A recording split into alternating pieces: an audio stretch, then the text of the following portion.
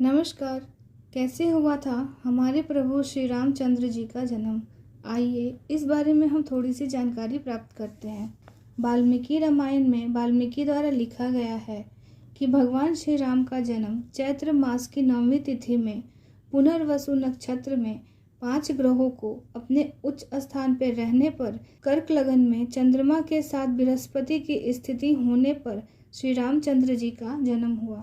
श्री रामचंद्र जी का जन्म त्रेता युग के अंत में हुआ और श्री रामचंद्र 11,000 वर्षों तक पृथ्वी पर रहे। अयोध्या के राजा दशरथ के कहने पर पुत्र इच्छा को पूरा करने के लिए ऋषि वशिष्ठ से परामर्श करके शिवांगी ऋषि को बुलाया गया और उनसे पुत्र कामेष्ठी यज्ञ करवाया गया।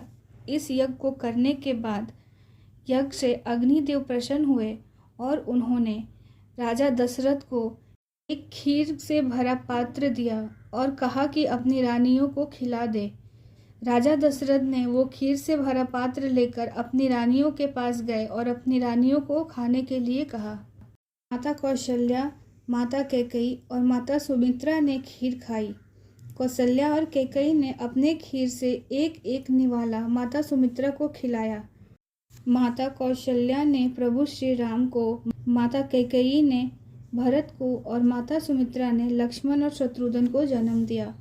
पुराणों की माने तो प्रभु श्री राम का जन्म त्रेता युग और द्वापर युग के संधि काल में हुआ था। इस दिन 12:05 पर मर्यादा पुरुषोत्तम श्री राम का जन्म हुआ था। उस समय प्रभु का प्रिय अभिजीत मुहूर्त चल रहा था। उस समय न ज़्यादा सर्दी थी और ना ही ज़्यादा गर्मी थी। भगवान के जन्म के समय ग्रह नक्षत्र की स्थिति महर्षि वाल्मीकि के अनुसार राम जी का जन्म चैत्र शुक्ल 9वीं तिथि पुनर्वसु नक्षत्र में जब 5 ग्रह अपने उच्च स्थान में थे तब हुआ था। इस तरह सूर्य मेष में 10 डिग्री, मंगल मकर में 28 डिग्री, बृहस्पति कर्क में 5 डिग्री और शुक्र मीन में 27 डिग्री पर, शनि तुला राशि में 20 डिग्री पर था। प्रभु श्री राम का जन्म सरयू नदी के निकट स्थित अयोध्या नगरी में एक महल में हुआ था। कहा जाता है कि राम नगरी को सप्तपुरियों में प्रथम माना गया है। राम जी के जन्म के समय जड़ और चेतन सब खुशी से भर गए थे। उस समय ने तीनों लोक में शांति और प्रसन्नता प्रदान की थी। शीतल और सुगंधित हवाएं बह रही थी। देवता और साधु संत के मन प्रफुल्लित थे। पुष्प खिले हुए थे। पर्वत भी माणिक के समान चमक रहे थे और सारी नदियों में अमृत की धारा प्रवाह हो रही थी।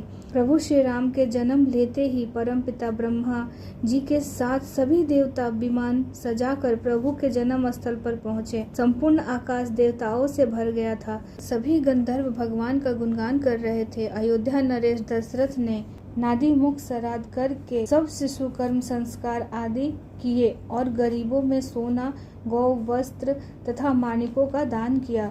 संपूर्ण स्थान में खुशियां व्याप्त हो गई थी। राजा पताकों और तोरण से नगर की शोभा बढ़ाई गई।